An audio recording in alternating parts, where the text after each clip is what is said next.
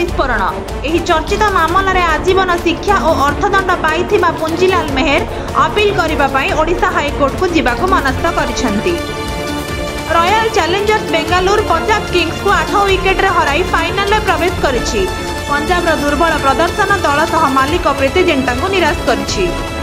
ओडिशा ग्रामीण उन्नयन विभाग मुख्य जंत्री वैकुंठनाथ षडंगी विरुद्ध में चली आय बहिर्भूत अभियोग 2 कोटी 10 लाख टंका अवैध संपत्ति जबत होईछि। चीन पक्षर बढ़ुवा गुप्तचर विपद मध्य भारत सरकार नुआ नियम अनुजाई सीसीटीवी निर्माता माने हार्डवेयर सॉफ्टवेयर दाखल करेंगे। रेढ़ाखोल दुर्घटना एक कोयला ट्रक घरोई बस को धक्का देथिबार 20 यात्री आहत और 5 गुरुतर अवस्था रेढ़ाखोल मेडिकल में भर्ती होइछंती। दुर्घटना संबलपुर और अनुगुल राजपथ उपरे घटिछि। सिक्किम दुर्घटना टूरिस्ट गाड़ी तीस्ता नदी में खसी पड़ता दुर्घटनार 1 मृत 2 उद्धार और 9 निखोज। मुख्यमंत्री मोहन माझी दुख प्रकाश कर सिक्किम सरकार सह आलोचना करिसेंती।